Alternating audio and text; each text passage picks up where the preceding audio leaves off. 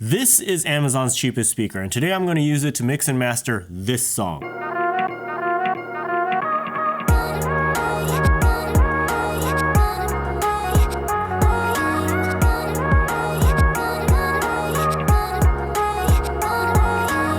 Mixing music is a craft of delicate balance, and as such, the gear that is used is often chosen for its accuracy and precision.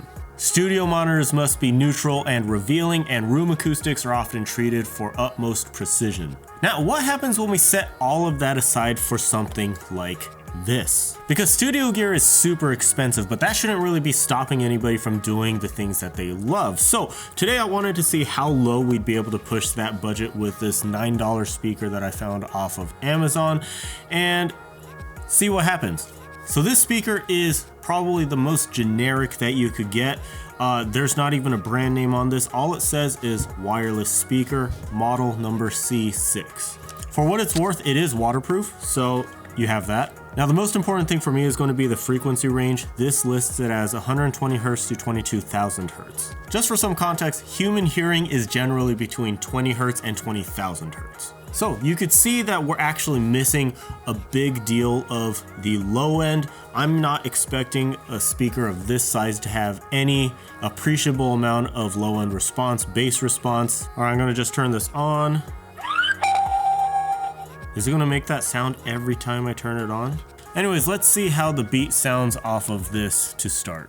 All right, so I'm just gonna put this right here so we could all hear what's going on. So the main idea of this beat comes from a sample that I chopped up, and that sounds like this.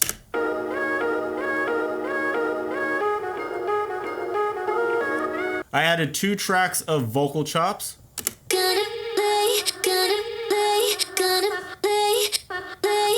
The bass is really just a low piano with an LFO.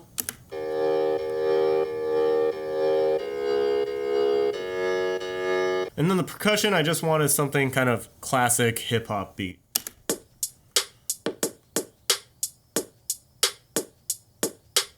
Okay, this thing is emitting some sort of high-pitched frequency. I'm just going to try it and ignore that as much as possible. So everything together, no processing, sounds like this.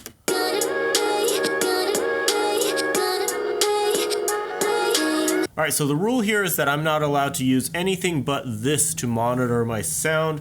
And of course, I'm not expecting any pro level results. We're just having some fun here. But my lovely wife did nicely remind me that because this is technically designed for use in the shower, it's only fitting to do this task in our bathroom. All right, so the absolute worst speaker that I could find in the absolute worst room that I could possibly mix in.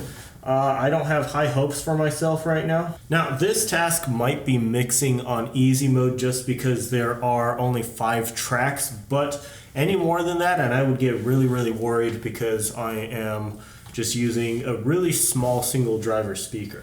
All right, so first thing that I'm going to do, I am going to just dial in my drums. So the processing for the percussion is relatively simple, just a combination of EQ, compression, and saturation. However, the most important thing to note here is my posture. Check that out. There is almost no audible difference between me adding processing and not adding any processing. I had the speaker stuck to the mirror, but it's not really helping at all, so I'm going to put it right here. This is the kick drum without processing. And this is the kick drum with processing. It honestly doesn't sound a whole lot different to me. And the story for everything else is basically the same. Unless I made a really big move on the EQ or compressor, I couldn't really tell a big difference between unprocessed and processed sound. For the bass, I mostly just shaped the sound with EQ. Compression was not needed here. I didn't use any saturation because there are so many harmonics in piano sounds already, and I just added the LFO for some effect. Again, for the sample, it was EQ, no compression, saturation, but this time an instance of fresh air. The vocals are challenging. Even though the jazz sample is the spine of this project here, I feel like most people will always gravitate toward human voices. For For the vocals, I used some EQ, no compression was needed, an instance of Ozone's exciter, fresh air, a vintage delay, and some reverb. Okay, so the mix is done. There's really not a whole lot else I could do without a better set of speakers. So the philosophy here for today is minimal processing, just doing what you can. Okay, so I'm just going to bounce this out, whatever it is, and here it is right now.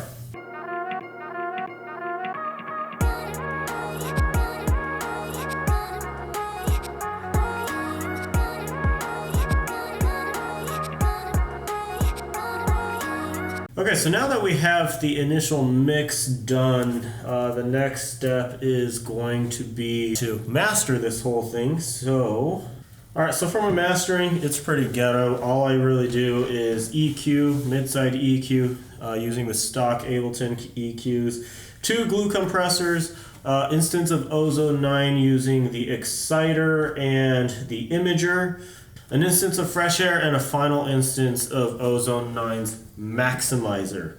Honestly, going through the entire mixing and mastering portion with this speaker, all I was able to significantly perceive were the different levels in volume. If I made a major change in like EQ or compression, then I'd be able to start hearing it, but chances are if I overcooked the processing, then it's going to be way too much. It's just going to overblow everything. So let's see how this sounds. This is the final master, or off of this here.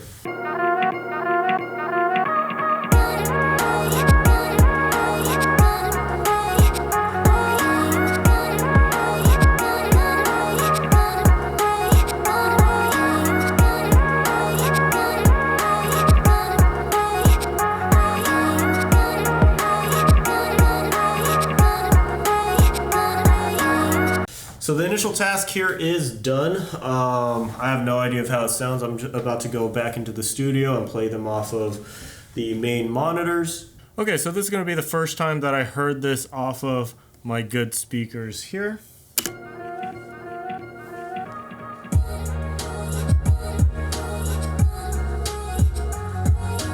Okay, so I'm going to say things could have been a lot worse. Things could have been a lot better as well, but it could have been a lot worse. Namely, the bass is sounding boomy and hollow at the same time. I'm not really sure how that happened. There's a little bit too much sizzle and reverb off of the vocal chops. The main things that I fixed during the second mixdown process were the boominess in the kick and the phasing problems in the bass. I also tweaked a lot of things on the EQ on the bass and sorted out a lot of the sibilant and reverb problems on the vocals.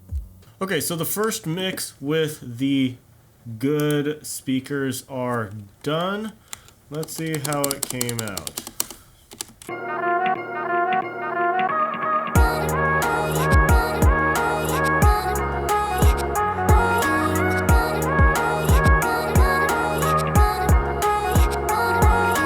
Alright, and now off to master it. The process for the second mastering was largely the same as the first. Essentially what you're trying to do is just bring out the best in the mix. I just wanted to make sure that everything was well balanced. The good thing here is that there are only 5 elements that I need to keep track of, so the mastering process was very, very simple.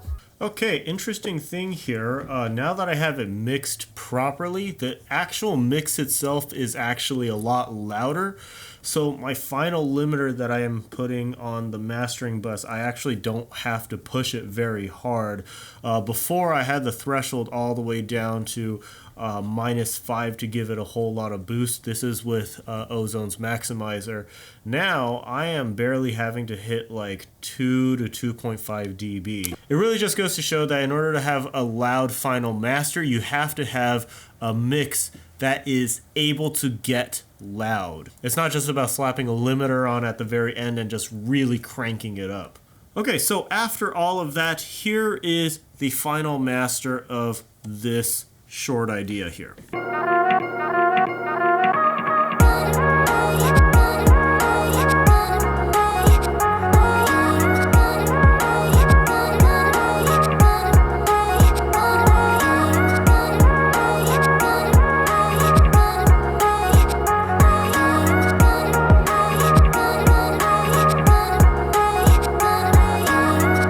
So there is something to be said about being able to balance a track on a small, cheap, single driver speaker like this and allowing that to make decisions on how it's going to translate to other systems. A lot of producers do employ using a second monitoring system, one that's full range, a second one that's lower fidelity or lo-fi. It's really just to get a second window into the mix. That being said, I did not enjoy this at all. I will probably not be taking this out on purpose from here on out, but I did gain a couple of things from this challenge, namely a much greater appreciation for the speakers that I already have, and just making sure that you really stick to the fundamentals and basics when it comes to any sort of mixing, no matter what kind of hardware that you're using. Anyways, once that track is fully expanded and produced out, I'll probably be releasing it under a copyright-free label.